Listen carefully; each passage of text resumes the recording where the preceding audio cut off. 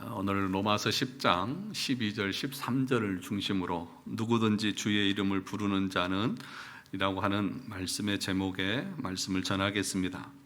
우리는 지난주에 부끄러움을 당하지 아니하리라 라는 말씀을 들었습니다.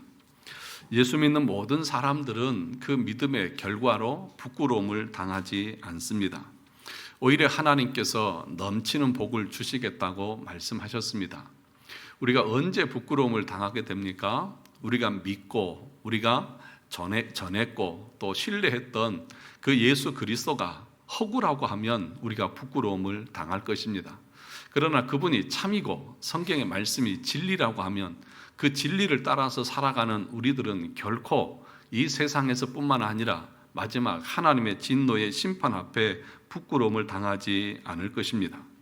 그러나 이 말씀을 부정하고 신뢰하지 못하고 그것에 대해서 조롱과 비난 가운데 살아갔던 그들은 마지막 하나님의 심판대 앞에서 엄청난 부끄러움과 두려움과 공포에 휩싸이게 될 것입니다. 요한계시록 6장 15절과 17절의 말씀에 보면 인재앙을 뗄 때에 그 재앙 앞에서 그 땅에 살았던 사람들의 그 상태를 이렇게 표현합니다. 땅의 임금들과 왕족들과 장군들과 부자들과 강한 자들과 모든 종과 자유인이 굴과 산들 바위 틈에 숨어 산들과 바위에게 말하되 우리 위에 떨어져 보좌에 앉으신 이의 얼굴에서와 그 어린 양의 진노에서 우리를 가리라. 그들의 진노의 큰 날이 이르렀으니 누가 능히 서리요 하더라. 예수 그리스도를 믿지 않고 부정하고 조롱하고 했던 그 자들이 마지막 하나님께서 진노하시는 그 심판의 때에 그들은 그 굴에 숨어서 바위야 산아 나를 가려라. 그 진노의 심판자의 그 심판의 얼굴에서 나를 가려달라 라고 아무리 울부짖고 탄식해도 누가 그 진노 앞에 능히 서리요 라고 말씀하고 있습니다. 그런데 여기 보면 누가 그렇게 부르짖고 있느냐 하면 이 세상의 임금들입니다. 왕족들입니다. 장군들입니다. 부자들이고 강한 자들, 더 나아가서는 믿지 않는 모든 자들을 말합니다. 그들은 그 진노의 날에 어느 누구도 피할 수 없습니다. 자신이 왕이라 할지라도 지위와 명예가 있다 할지라도 이 세상에서 힘이 세다고 자랑했다 할지라도 재물이 많아서 세상 사람들에게 떵떵거리며 살았다 할지라도 그들이 예수 그리스도를 믿지 않고 부르지 않았다고 하면 그들은 그 마지막에 하나님 앞에 설 수도 없고 두려움과 공포와 부끄러움 가운데에서 치가 떨리는 그 고통을 당하게 될 것이라는 것입니다. 우리 그리스도인들의 복은 무엇입니까? 이 세상에서 출세하고 부자되고 오래 사는 것입니까? 성경은 진정한 복은, 유일한 복은 우리가 그리스도 안에서 부끄러움을 당하지 않는 것이라고 말씀하고 있습니다. 아담과 하와에게 찾아오셔서 가죽 옷을 입히시고 그들의 부끄러움을 덮어주셨듯이 예수 그리스도로 말미암아서 그의 보혈의 은총으로 우리의 모든 죄가 부끄러운 것들이 덮어지고 가려지는 자들이 가장 복된 자들이라고 성경은 분명하게 말씀하고 있는 것입니다. 오늘 요한계시록에 있는 말씀처럼 왕이라 할지라도 부자라 할지라도 강한 자라 할지라도 예수 그리스도를 믿지 않는다고 하면 그 심령은 마지막 때에 그 공포와 두려움은 감당할 수가 없을 것입니다. 그래서 바울은 에베소서 1장에서 우리 인생들에게 있어서 가장 귀한 복이 무엇인지를 이렇게 설명을 했습니다. 에베소서 1장 3절과 5절에 보면 찬송하리로다. 하나님 곧 우리 주 예수 그리스도의 아버지께서 그리스도 안에서 하늘에 속한 모든 신령한 복을 우리에게 주시되 뭘 주셨다고요? 하늘에 속한 모든 신령한 복, 그것을 우리에게 주셨다고 말씀합니다. 그러면 여기서 하늘에 속한 모든 신령한 복이라고 하는 것이 무엇을 의미할까요? 복, 그러니까 다 좋으시잖아요. 건강의 복, 자식의 복, 또는 물질의 복, 무슨 여러 가지 세상의 복들을 우리는 말하잖아요. 그런 모든 복이 하나님으로부터 왔다, 그렇게 우리는 생각할 수 있지만 오늘 에베소서 1장에서는 그 복을 그런 세상적인 복으로 말씀하고 있지 않습니다. 그 다음에 이렇게 말합니다. 곧, 그러니까 이 복이 무엇이냐 하면 창세 전에 그리스도 안에서 우리를 택하사 우리로 사랑 안에서 그 앞에 거룩하고 흠이 없게 하시려고 그 기쁘신 뜻대로 우리를 예정하사 예수 그리스도로 말미암아 자기의 아들들이 되게 하셨으니. 그러니까 하늘에 속한 모든 신령한 복을 바울은 찬양하는데 그 복이 무엇이냐? 그것은 창세 전에 하나님께서 우리를 예정하시고 선택하셔서 하나님의 형상을 닮아가는 거룩한 자녀들로 삼은 것, 내가 그 그리스도를 믿고 믿음으로 살아가는 것, 그것이 하늘에 속한 모든 신령한 복을 다 받은 자다. 그렇게 지금 바울은 말하면서 찬송하리로다. 그러면서 하나님의 그 은혜를 찬양하고 있는 것을 보게 됩니다. 이런 귀한 말씀을 전하는데도 왜 얼굴은 그렇게 딱딱하게 굳어 계십니까? 하늘에 속한 신령한 복을 받은 사람들의 표정들이 아니에요. 가난하고 힘들어서 찌들어서 아무것도 없는 사람들의 표정이거든요. 그런데 여러분, 세상의 복들은 있어도 되고 없어도 되는 것이지만 예수 그리스도 안에서 하나님의 자녀로 선택받고 하나님의 자녀가 되는 복은 모든 사람들이 받아야만 하는 유일한 복이라는 사실들을 여러분 믿으십니까? 그렇다고 하면 여러분, 내가 예수 안에서 구원의 은혜를 누리고 그 그리스도의 영광을 위해서 살아가고 있다고 하면 세상에서는 조금 많이 배울 수도 있고 못 배울 수도 있고 많이 가질 수도 있고 못 가질 수도 있고 때로는 장수의 복을 누릴 수도 있고 때로는 일찍 돌아가실 수도 있죠. 그런데 그것이 우리의 인생을 좌우하지 않습니다. 그것이 우리의 운명을 좌우하지 않습니다. 예수 그리스도 그분을 믿고 신뢰하고 그분과 동행하는 삶을 살고 있느냐 아니냐가 여러분의 이 땅의 삶과 영원의 삶을 결정한다고 하는 사실을 우리가 절대로 놓쳐서는 안 되는 것입니다. 그러므로 사랑하는 성도 여러분, 내 영혼과 육체가 영원한 멸망을 당한다고 하면 이 땅에서 우리가 잠깐 낙을 누리는 것이 무슨 의미가 있겠습니까? 그것이 우리에게 무슨 위로가 되겠습니까? 우리는 부자가 죽어서 지옥에서 아브라함 품에 있는 나사로에게 했던 그 간척의 말을 기억해야 합니다. 뭐라고 말했습니까? 아브라함이여, 내 형제 5이 아직 있는데 제발 내 형제는 이곳에 오지 않도록 나사로를 좀 보내서 설득을 해달라고 말하지 않습니까? 다른 사람의 말을 안 들어도 죽었던 나사로가 가서 말하면 내 형제들이 들을 것입니다. 그때 뭐라고 말합니까? 아니다. 그들이 하나님께서 보내신 선지자들과 말씀의 사역자들의 그 말씀을 통하여서 믿으면 구원을 받을 것이지만 그렇지 않으면, 그런 사람들이 아니라고 하면 죽은 자가 가서 얘기해도, 심지어는 부활하신 주님이 가서 얘기해도 그들은 믿지 않을 것이라고 말씀하고 있습니다. 여러분, 그 부자가 지옥에 가서 뭘 생각했을까요? 아이고, 두고 온 내 재산 어떡하나? 그런 걱정하고 있습니까? 아니에요. 그 많은 재산이 부자를 천국으로 이끌어 갔습니까? 아닙니다. 예수 그리스도를 믿지 않는다고 하는 것은 우리의 인생의 모든 것이 다 헛되고 헛되며 헛되고 헛될 수밖에 없다는 이 전도자의 교훈을 우리는 분명하게 새겨야 하는 것입니다. 그래서 우리가 오후에 배우는 하이델베르크 여류문답 1문에서도 뭐라고 말했습니까?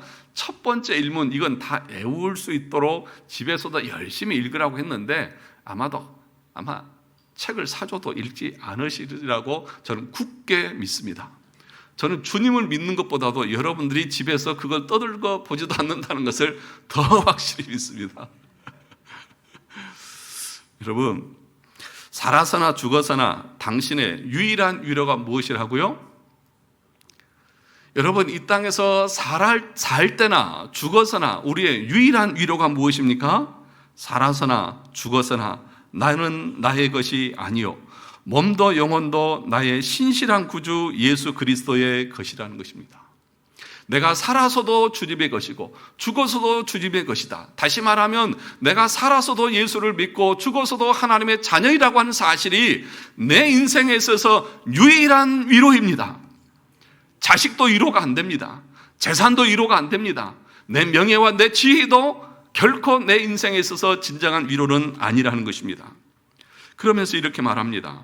그리스도께서는 그의 보혈로 나의 모든 죄값을 완전히 치르고 나를 마귀의 모든 권세에서 해방하셨습니다. 예수 믿는다고 하는 것은 뭘 의미하는 것입니까? 내 모든 죄책이 사해졌고 그 죄의 권세에서 해방되어져서 이제는 내가 자유롭게 내 의지를 가지고 주님을 사랑할 수 있고 주님을 섬길 수 있는 그 은혜 가운데 있다는 것, 그것이 나에게 있어서 진정한 위로인 것입니다. 여러분, 마음껏 주님을 찬양하고 주일날 이렇게 하나님 앞에 나와 예배할 수 있다고 하는 것이 여러분에게 진정한 위로가 되십니까? 이것이 위로가 되어져야 됩니다. 하나님, 내가 무엇이 간데 나 같은 사람을 창세전에 선택하셔서 자녀 삼아주시고 오늘 또 귀하고 복된 주일 하나님 앞에 기쁨으로 자원해서 나갈 수 있는 이 마음을 주신 것 하나님 감사합니다. 이것이 다른 어떤 위로보다도 큰 위로가 되어야 하는 것입니다. 그러면서 또 이렇게 말합니다. 또한 하늘에 계신 나의 아버지의 뜻이 아니면 머리털 하나도 땅에 떨어지지 않도록 나를 보호하며, 어떻게 해요? 나를 보호하세요. 머리털 하나도 떨어지지 않도록 하나님의 자녀들을 불꽃 같은 눈동자로 보호하십니다. 누구를요? 나를, 주님을 부르고 주님을 믿고 주님을 신뢰하며 나가는 우리들을요. 그러면서 참으로 모든 것이 합력하여 나의 구원을 이루도록 하십니다. 그러므로 그의 성령으로 그분은 나에게 영생을 확신시켜 주시고 이제부터는 마음을 다하여 즐거이 그리고 신속히 그를 위해 살도록 하십니다. 하나님께서 모든 것을 다 동원하셔서 우리의 구원을 이루어 가십니다. 그러므로 여러분, 고난이 우리에게 있을 수 있습니까? 없습니까? 그것은 무엇을 위해서 주신 것입니까?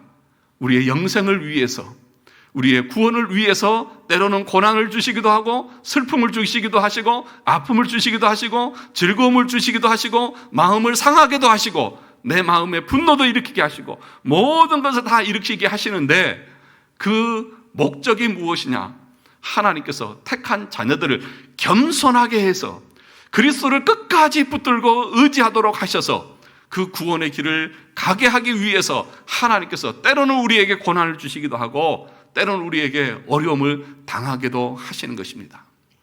여러분이 하나님의 자녀들이라고 하면, 참된 구원의 확신이 있는 자들이라고 하면 그 고난 가운데서도 뭘 생각하느냐? 하나님이 나를 사랑하셔서 내가 그 길로 가지 않고 내가 죄악된 길에 머무르지 않도록 때로는 나는 고난을 통해서 채찍질하셔서 나를 구원의 길로 이끌어 가신다는 사실을 깨달으면서 그 앞에 회개하고 다시 주님을 붙들고 주를 부르며 나가게 되는 것입니다. 이것이 우리에게 참된 위로고 참된 복인 것입니다. 그런데 안타까운 것은 무엇인지 아십니까? 이것이 참된 위로고 참된 복인 것을 모르고 세상 사람들은 어떻게 하면 더 많이 가질까? 어떻게 하면 더 높이 올라갈까? 어떻게 하면 더 많은 것을 소유할 것에 대해서 고민하면서 그것이 본질인 것처럼 살아갑니다. 그것이 누가 가르치는 것이냐? 세상에서 가르치는 진리입니다. 세상은 뭐라고 말하느냐? 너 자신을 사랑하라고 말합니다. 어떻게 하든지 네가 많이 가져야 한다고 가르칩니다.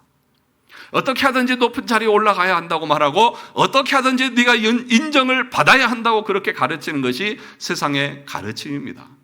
그런데 우리가 살아가는 지식과 지혜를 어디서들 다들 배우냐 하면 유튜브에서 다 배우시더라고요. 세상 사람들의 강연을 통해서 배우시더라고요.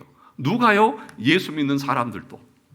우리는 이 땅을 살아가는 지혜와 지식의 보고가 어디라고 알고 있습니까? 성경이죠. 성경에서 우리는 하나님 앞에서 어떻게 살아야 되는지 진리를 배웁니다. 진리는 성경밖에 없어요. 그런데 오히려 이 성경의 가르침보다도 세상에서 가르치는 것이 더 진리인 것처럼 성경 위에 놓고 성경은 그래도 목사님 세상 그렇지 않습니다. 이렇게 말하는 사람들은 그들에게 있어서 진리는 뭐예요? 세상의 가르침이에요.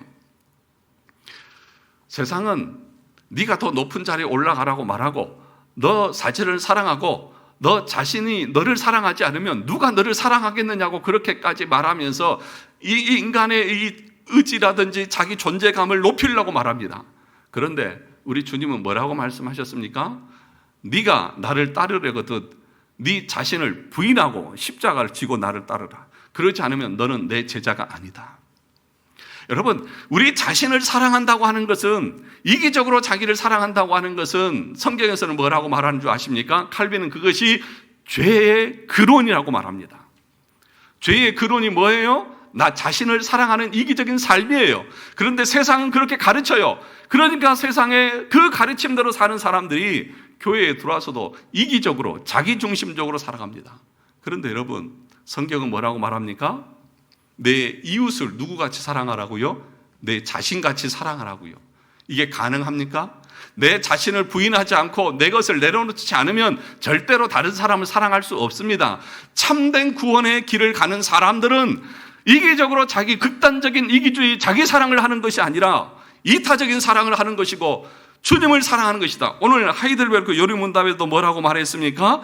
성령으로 그분은 나에게 영생을 확신시켜 주시고, 그러니까 성령을 통해서 구원의 확신을 받는 사람들은 어떻게 살아가느냐? 그 다음에 이제부터는 이렇게 말합니다. 이제부터는 무슨 말이에요? 구원의 확신을 가진 사람은 어떻게 살아가느냐? 이제부터 마음을 다해서 즐거이 그리고 신속히 그를 위해서 산다. 누구를 위해서 산다고요? 주님을 위해서 살아가는 그 삶을 신속하게, 즐거이, 기쁘게, 그것이 구원의 확신을 가지고 참된 구원을 이룬 사람들의 삶의 모습이다. 그렇게 성경은 가르치고 있다는 것입니다. 사랑하는 성도 여러분, 일상의 삶을 무시하는 것이 아닙니다. 직장생활, 학교생활, 사회생활 최선을 다해서 해야 됩니다. 왜냐하면 이것도 하나님의 통치 아래에 있는 일반 은총이기 때문에 그렇습니다. 그러므로 교회 일만 열심히 하고 가정생활, 직장생활, 사회생활, 학교생활 대충 하는 사람들은 그 신앙이 온전한 것이 아닙니다. 가정에서도, 직장에서도, 학교에서도, 사회에서도 나에게 부여된 그 일을 최선을 다해서 해야 합니다. 학생은 정말 열심히 공부해야 되고, 직장인은 그 사장이 월급을 주는 만큼, 아니 더 이 사장이 성공하고 잘 되어질 수 있도록 내가 할 수 있는 최선의 노력을 다해야 합니다. 왜 아멘을 안 하세요? 아닌 것입니까? 대충 하고 그냥 월급 받아서 그냥 사시려고 그러십니까? 아닙니다. 우리가 참된 믿음의 사람이라고 하면, 모든 것이 하나님의 주권 안에 있다는 것을 믿으면, 우리의 구원뿐만 아니라 이 세상의 모든 속한 것들이 다 하나님의 섭리 아래에 있기 때문에 믿는 자들은 그 세워준 위치에서 최선을 다해서 나에게 부여된 그 의무와 책임을 다 해야 하는 것입니다. 그러므로 사랑하는 성도 여러분, 고린도전서 15장 58절에 있는 말씀처럼 내 사랑하는 형제들아, 견실하며 흔들리지 말고 항상 주의 일에 더욱 힘쓰는 자들이 되라. 이는 너희 수고가 주 안에서 헛되지 않은 줄 알미라. 여러분, 믿음에서 흔들리지 마십시오. 내가 이렇게 산다고 무슨 보상이 있고 무슨 유익이 있겠어? 지금 내 꼴이 이런데 뭐 예수 믿어도 별거 없네? 아니요. 바울은 뭐라고 말합니까? 항상 주의 일에 힘쓰는 자들이 되라. 흔들리지 말라. 왜냐하면 너희들이 주 안에서 주님을 위해서 애쓰고 수고한 그 믿음의 길은 결코 어떻다고요? 헛되지 않느니라. 다 하나님께서 보상해 주시고 너희들이 마지막 때에 부끄러움을 당하지 않고 그 하나님의 진노와 심판 앞에서 당당하게 하나님 앞에 서게 될 것을, 그것이 너희에게 유일한 위로고 그것이 너희에게 유일한 복인데, 하늘에 속한 신령한 모든 복인데, 예수 믿고 충성하고 헌신한 자들에게 내가 이 복을 주시겠다고 주님은 약속하고 있는 것입니다. 그러면 오늘 본문의 말씀에서 여기 12절, 11절, 12절, 13절의 말씀을 이어서 보면, 그러면 누가 이런 복을 받느냐? 여기 11절을 보시죠. 성경에 이르되 뭐예요? 누구든지. 그 다음에 13절을 보시죠. 누구든지 주의 이름을 부르는 자는 구원을 받으리라. 그러면 여기서 말하는 이 누구든지라고 하는 말은 누구를 가리키는 것일까요? 그럼 그냥 세상의 모든 사람들을 말하는 것일까요? 이 앞뒤 성경의 본문의 문맥을 살펴서 우리가 이해를 해야 되죠. 우리 앞에 9장에서부터 말씀을 들었습니다. 9장에서 말한 것이 뭐였죠? 바울이 말한 것이 뭐였어요? 예정, 선택과 유기에 관한 교리였습니다. 그죠? 그래서 이스라엘 백성들은 자신들이 하나님의 선민이라고 생각하면서 아브라함의 후손들은 다 구원받는다고 생각을 했던 거예요. 모든 사람들이 누구든지 다 구원받는다. 그런데 바울이 뭐라고 말했습니까? 아니다. 혈통적 유대인이 아니다. 아브라함의 후손이라고 다 구원받는 것이 아니다. 그러니까 유대인들이 말하는 거예요. 아니 그러면 그 선민, 선택받은 사람들도 버림받을 수 있다는 것입니까? 라고 말하자 아니다. 하나님의 주권적인 선택이 있는 자들을 말하는 것이다. 그러면서 뭘 얘기했습니까? 9장에서 쭉 뭘 얘기했어요? 처음에 아브라함을 하나님께서 어떻게 택하셨어요? 아브라함이 먼저 알고 하나님을 찾아가서 믿었습니까? 아니면 하나님이 찾아가서 아브라함을 선택해서 불렀습니까?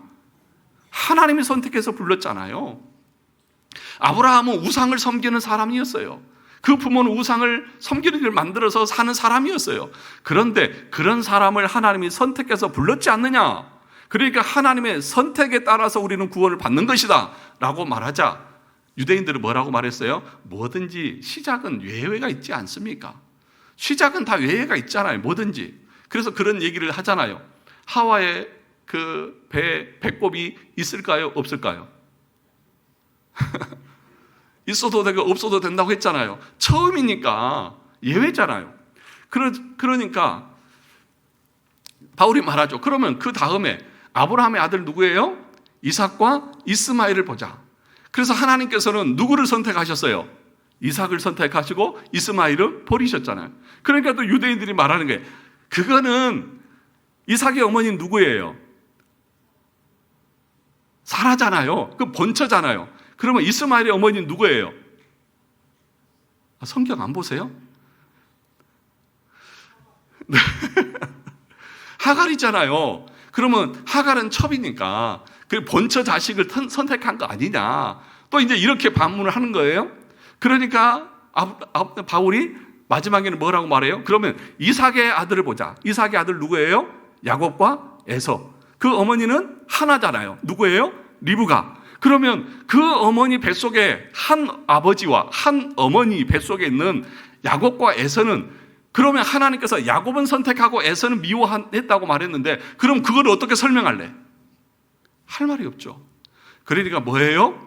하나님께서 모든 사람들 누구든지 다 구원하는 것이 아니라 하나님께서 창세전에 예정하고 선택한 사람들만 하나님께서 구원하신다. 그런데 이 누구든지라고 하는 이 표현 가지고 알미니안주의자들이라고 하는 그 그릇된 성경 해석자들은 뭐라고 말하느냐? 아니다. 여긴 누구든지라고 하는 것을 모든 사람들을 얘기한다. 그래서 보편 속죄, 보편 구원론, 모든 사람들은 다 구원받을 수 있다. 그런데 그 어떤 사람이 구원받느냐? 내가 예수 믿겠습니다. 이렇게 말하는 사람은 구원받는다. 그렇게 주장하는 것이고 우리 개혁주의, 칼빈주의는 뭐라고 말하는 거예요? 아니죠. 하나님이 창세전에 선택한 사람들만 말씀이 선포될 때에 그 말씀에 반응하고 주님을 붙드는 것이다 라고 가르치는 거예요. 그럼 이 차이가 뭐냐? 이 차이가 뭐냐? 구원을 이루어 가시는 구원의 주체가 우리 개혁신앙은 하나님의 선택, 그러니까 하나님의 주권에 있다 이렇게 말하는 것이고 알미니안주의자들은 인간, 내가 예수를 믿을 것이냐 말 것이냐를 내가 결정하는 것이다. 그렇게 말하는 거예요. 그러니까 이것이 잘못되어졌다고 말하는 거예요. 구원은 누구에게 달려 있습니까? 하나님께 달려 있잖아요. 그래서 우리는 불가항력적 은혜를 말합니다. 불가항력적 은혜라고 하는 것은 말씀이 선포될 때에 성령께서 내 안에서 믿음을 유발시키실 때에 내가 거부할 수 없다는 거예요. 그런데 알미니안주의자들은 믿기 싫은 사람은 자기가 거부할 수 있다는 거예요. 그럴 수 없다는 것입니다. 그러므로 여기서 말하는 이 누구든지 이거는 누구를 말하는 것일까요? 보편적인 모든 사람들을 말하는 것이 아니라 선택된 하나님의 백성들은 복음이 선포될 때 누구든지 예수 그리스도께서 받아주시고 거절하지 않고 영접해 주시겠다고 하는 그 말씀인 것입니다. 사랑하는 성도 여러분, 그러므로 저와 여러분들이 날마다 하나님의 말씀을 듣는 것이 무엇보다도 중요합니다. 왜 그렇습니까? 하나님의 말씀이 선포될 때에 그 말씀을 통하여서 성령께서 우리 안에서 믿음을 유발시키기 때문에 그렇습니다. 그런데 이렇게 성령으로 난 사람들은 어떻게 성령으로 났는지 잘 모를 수도 있어요. 마음에 확 들어와 버리는 거예요. 믿음이 확 들어와 버리는 거예요. 여러분, 누군가를 보았을 때에 첫눈에 반했다고 하는 그런 표현들 있잖아요. 그런 경험들, 그런 연애 경험들이 없으시구나. 그 연예인들이나 이런 사람들이 어떻게 만나서 결혼하게 됐어요. 그럴 때 사람들이 그러잖아요. 딱 앉아 있는데 어떤 여인이 문을 열고 탁 들어오는데 첫눈에 그 여자가 내 마음에 쏙 들어와 버렸다고. 그런 표현들, 그런 경험들이 없으신 모양이네요. 요즘에 제가 아는 어떤 청년은 연애가 좋은지 푹 빠져가지고 아주 정신이 없더라고요. 예. 아주 좋아서 그러는지 하여튼 이게 뭔가를 사랑하고 뭔가를 좋아하게 되면은요, 우리의 어떤 이성으로 통제가 안 돼요. 예를 들면, 내 아들이 어떤 여자하고 어떤 남자하고 교제를 할 때 마음에 안 들어가지고 갈라놓으려고 아무리 애써도 갈라져요, 안 갈라져요? 안 갈라져요. 부모는 이성으로 이해가 되는데 얘네들은 이성으로 분별이 안 돼요. 나 이 여자하고 헤어지려면 차라리 죽어버릴래요. 이 정도까지 가는 거예요. 미친 거예요. 예수 믿는 것이 그것입니다. 예수를 믿는다고 하는 것이 그것입니다. 성령을 통해서 내 안에서 믿음이 생기면 예수 믿을래 믿지 않을, 넌 예수 믿는다고 하면 너 집에 쫓아내버릴까? 쫓아내세요. 저는 다른 것은 다 포기해도 그것만은 포기 못합니다. 이렇게 말하는 것이 예수 믿는 사람들의 모습인 거예요.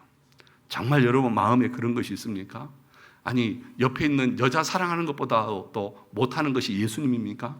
여러분의 육체와 영혼의 모든 것을 구원하기 위해서 십자가에서 저주와 진노를 다 감당하신 그 주님이 여러분에게는 그렇게 가치 없고 하찮은 것입니까? 그렇지 않습니까? 정말 주님을 사랑한다고 하는 것은 오늘 여기 하이델베르크에서 말하는 것처럼 정말 즐거이 기쁘게 즉시로 나간다고 하는 것은 그런 마음이에요. 그것이 우리 마음에 있는 사람들은 어떤 사람들이에요? 주님을 부르는 사람들, 누구든지 구원받은 하나님의 백성인 것을 말씀하고 있는 것입니다. 사랑하는 성도 여러분, 오늘 본문의 말씀을 보면 누구든지 하나님께서 택한 자녀들에게는 은혜를 주셔서 거부할 수 없는 그 믿음을 주셔서 주님을 믿고 주님을 부르고 순종하게 하십니다. 그런데 여기서 정말 중요한 것이 무엇이냐 하면, 여기 본문에 보시면 12절을 같이 보시죠. 12절 같이 읽어보겠습니다. 유대인이나 헬라인이나 뭐가 없음인지라? 차별이 없음인지라. 이 차별이 없다는 것이 중요합니다. 하나님께서 우리를 구원하실 때에, 우리를 부르실 때에 우리를 차별하지 않으신다는 거예요. 여기 헬라인과 유대인이라고 하는 것은요, 유대인은 그 당시 아주 도덕적이고 윤리적인 사람들이었어요. 쉽게 말하면 바른 생활의 사나이들이란 말이죠. 그 사람들은 정말 인간적으로 볼 때에 착하고 바르게 생활하는 사람들이고요, 이 헬라인이라고 하는 사람들은 쉽게 말하면 야만인들이에요. 윤리도 없고 도덕도 없고 아주 죄악으로 가득 차 있는 그런 무지몽매한, 쉽게 말하면 이 비유를 들자면 산적과 같은 사람들. 그러니까 여러분들은 서민처럼 신실하게 살아가는 사람들이고, 헬라인들은 도둑들처럼 산적들처럼 사람들을 잡아 죽이고 빼앗고 하는 사람들. 그런데 하나님께서 우리를 부르셔서 구원하실 때에 헬라인이든지 유대인이든지 도덕적으로 윤리적으로 깨끗한 사람이든지 아니면 윤리적으로 도덕적으로 부패하고 타락한 사람이든지 하나님이 구원하실 때에 이 두 사람들을 차별한다 안 한다? 안 하신다고요. 아무도 감사 안 해요. 만약에 하나님께서 차별해서 우리를 부르셨다고 하면 누가 천국에 갈 수 있을까요? 나보다 못한 사람은 지옥에 가요. 그러면 나보다 더 거룩한 사람이 항상 세상에 있을까요, 없을까요? 있겠죠. 여러분, 여러분들의 삶이 제일 상위에 있는 것 같으세요? 아니에요. 나보다 더 거룩하게 신실하게 살아가는 사람들 얼마나 많이 있어요. 그러면 하나님이 기준에서 모든 사람들을 1등부터 쭉 나를 세워서 그 사람들을 다 차별해서 하나님이 부르신다고 하면 저와 여러분들은 솔직하게 가슴에 손을 얹고 구원받을 수 있어요, 없어요? 없어요. 그러니까 주님께서 여기서 차별이 없다, 유대인이나 헬라나 차별이 없다, 이 말은 바울 같은 사람이나 우리 같은 사람이나 하나님이 부르실 때는 차별이 없다는 거예요. 바울이 얼마나 대단한 사람입니까? 바울에 비하면 우리들은 뭐예요?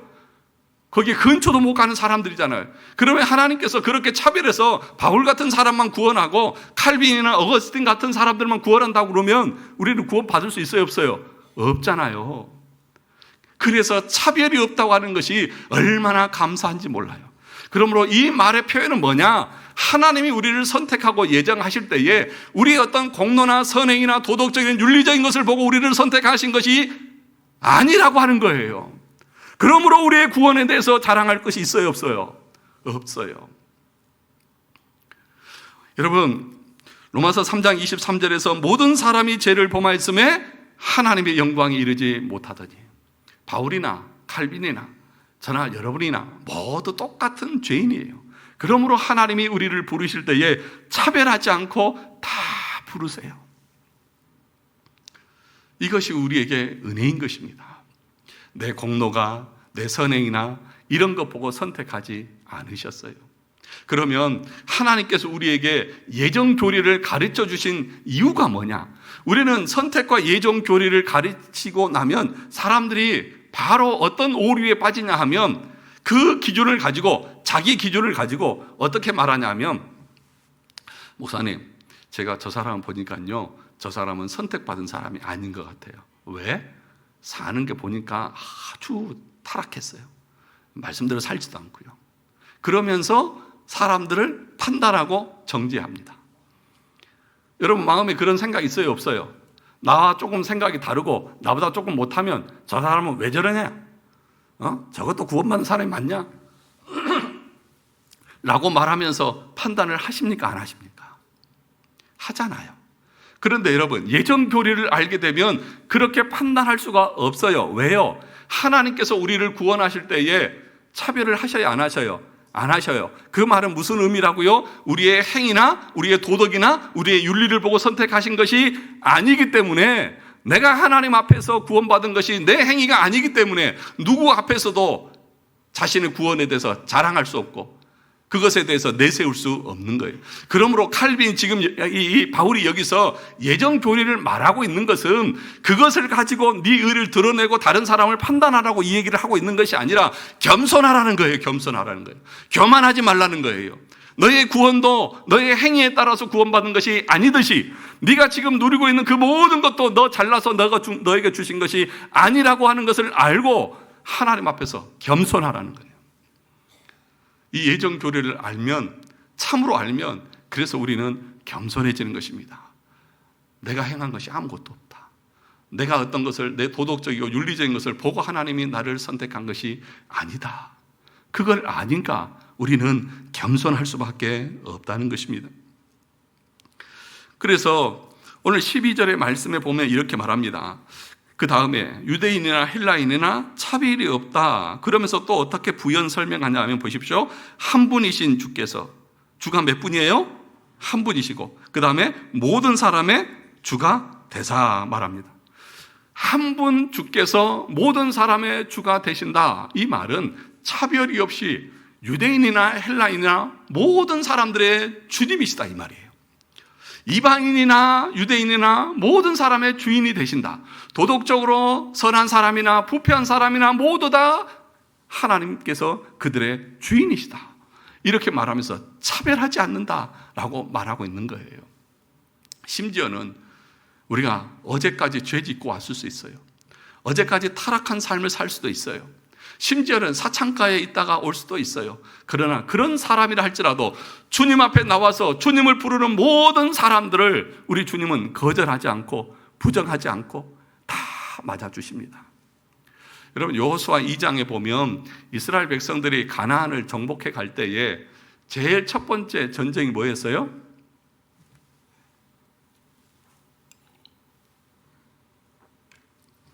요단강을 건너가서 제일 첫 번째 치른 전쟁이 뭐죠? 여리고성 전쟁이잖아요.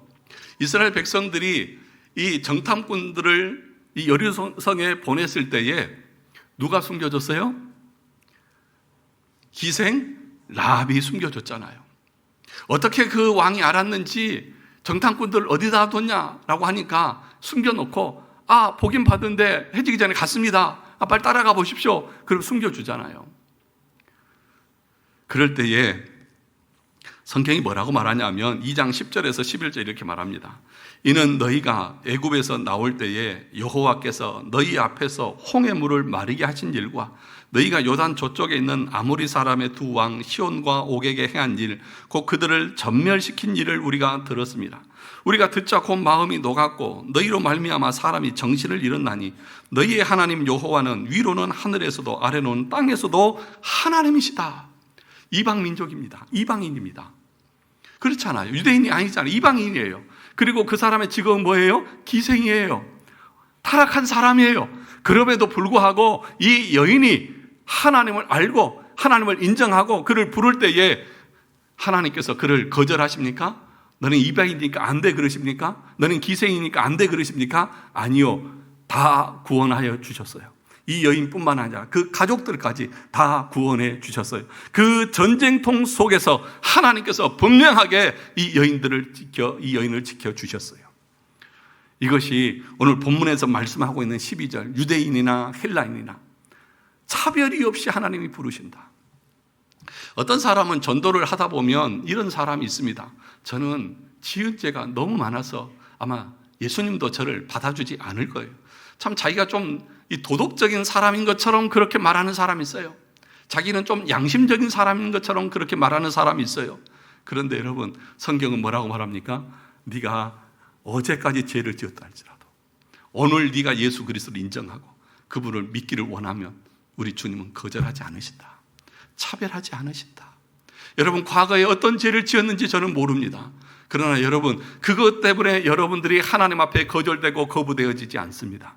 딱 하나 조건, 무엇 때문이냐면 여러분들이 지금 예수 그리스도를 부르지 않고 그분을 믿지 않기 때문에 여러분들이 거절되어지고 여러분들이 부끄러움을 당하는 것이지 내 신분이, 내 과거의 모습이 어떠해서가 아니라는 사실입니다. 그러면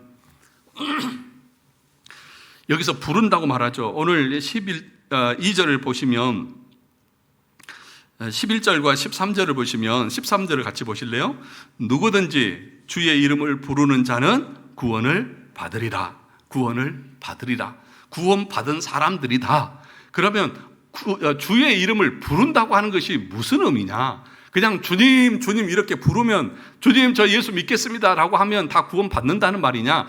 여러분, 앞에서 우리가 주를 입으로 고백한다고 하는 것, 주로 시인한다고 하는 것이 무슨 의미인지를 여러분 설명을 드렸죠. 그 의미를 여러분 아셔야만 이 말씀의 의미를 알 수 있는 거예요. 단순히 입으로만 고백하면 구원받는다. 이것이 어떤 주의라고요? 샌더맨 주의라고요. 이게 비성경적이고 이단적인 것이라는 것을 말씀했습니다. 그런데 많은 사람들이 단순하게 그냥 입으로 시인만 해, 믿는다고 아멘만 해. 그러면 구원받으니까 이렇게 잘못된 구원론에 빠져 있는데 그건 참된 구원이 아니라고요. 그러면 구원받는 사람들이 주의 이름을 부르면 구원을 받는다고 말했는데 그 부른다고 하는 의미가 뭐냐? 그 네 가지만 짧게 얘기하고 마치겠습니다. 첫째가 뭐냐 하면 예배를 의미합니다. 주님을 부른다고 하는 것은 예배를 의미하는 겁니다. 창세기 4장 26절에 보면 셋도 아들을 낳고 그의 이름을 에노스라 하였으며 그때에 사람이 비로소 여호와의 이름을 불렀더라. 창세기에 여호와의 이름을 불렀다. 이 말은 그때 비로소 여호와 앞에 번제, 예배를 드렸다는 것을 말합니다. 그러니까 주님을 부른다라고 하는 말은 믿는다고 하는 말인데 그건 뭘 의미하느냐? 삶 속에서 참되고 진실하게 경건하게 신령과 진정으로 마음을 다하여서 하나님을 예배하는 것을 가리켜서 주님을 부르는 자들이고 그런 자들이 구원받은 것을 확실하다라고 말하는 것입니다. 두 번째는 뭐냐 하면 기도입니다. 기도. 주를 부른다고 하는 말의 의미가 뭐라고요? 기도하는 것을 부른다고 말합니다. 엘리야가 갈멜산에서 바알과 아세라 선지자들과 그 전쟁할 때에 이렇게 말합니다. 열왕기상 18장 24절에서 너희는 너희 신의 이름을 부르라. 나는 여호와의 이름을 부르리니 이에 불로 응답하는 신 그가 하나님이라. 백성이 다 대답하되 그 말이 옳도다 하니라. 그러니까 하나님 앞에 기도하는 것을 가리켜서 엘리야 선지자는 부르는 것이다, 그렇게 말합니다. 사랑하는 성도 여러분, 기도가 부르는 것입니다. 다시 말하면 믿음의 사람들이 저 예수 믿습니다 라고 말하는 그 행위는 무엇을 통해서 드러나고 증명되어지느냐? 그 하나님 앞에 나와서 기도하는 삶을 통해서 증명되어진다는 거예요. 기도하지도 않고 예배드리지도 않는데 입으로 저 예수 믿습니다, 이게 샌더맨주의고 이게 비성경적이고 참된 구원에 이른 사람이 아니라는 것입니다. 사랑하는 성도 여러분, 기도가 무엇입니까? 기도라고 하는 것은 모든 것의 주인이 되신 그 하나님 앞에 나의 모든 것을 전적으로 의탁하는 것입니다. 그분을 신뢰하는 것입니다. 그분을 믿기에 그분에게 구하는 것은 다 받는다는 것을 내가 확신하기에 그분 앞에 기도하는 것이고, 더 나아가서는 내가 그분으로 말미암아 구원받은 것이 감사해서 기도하는 것입니다. 그래서 하이델베르크 요리문답에서 마지막 세 번째가 뭐냐 하면 어떻게 감사할 것인가. 그러니까 오늘 우리가 이제 마지막 10계명 공부하거든요. 그러면 그 다음부터는 이제 어떻게 우리가 감사를 할 것인가, 표현할 것인가, 이게 뭐냐 하면 주기도문에 대한 해석이에요. 그러니까 기도라고 하는 것은 뭐냐?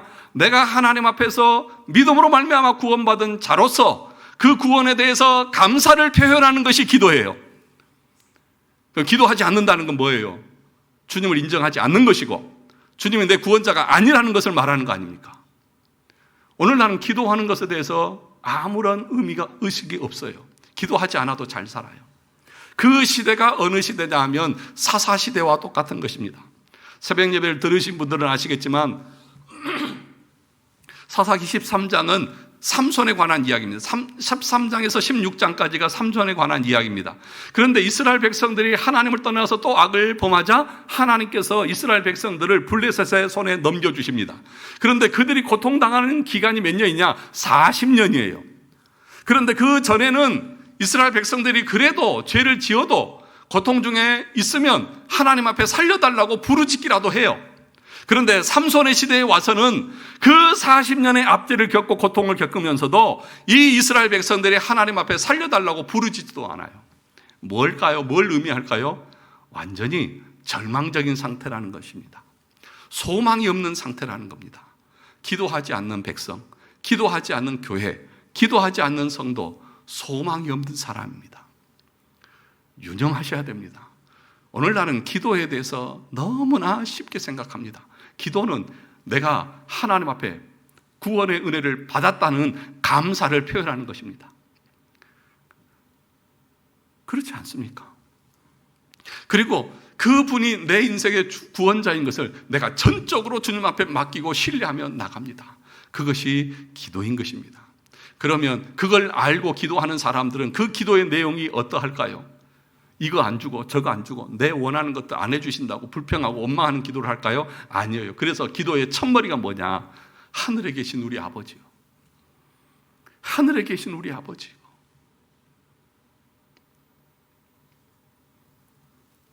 이 한마디에 모든 것 다 들어있지 않습니까? 하나님이 우리 아버지예요. 나는 그분의 자녀예요. 모든 것을 다 받은 거잖아. 얼마나 감사합니까? 그래서 기도하는 거예요. 하나님 감사합니다. 그리고 내가 이 땅에 살아갈 때 내 삶의 모든 목적을 하늘에 계신 우리 아버지 이름이 거룩히 여김을 받으시옵니다.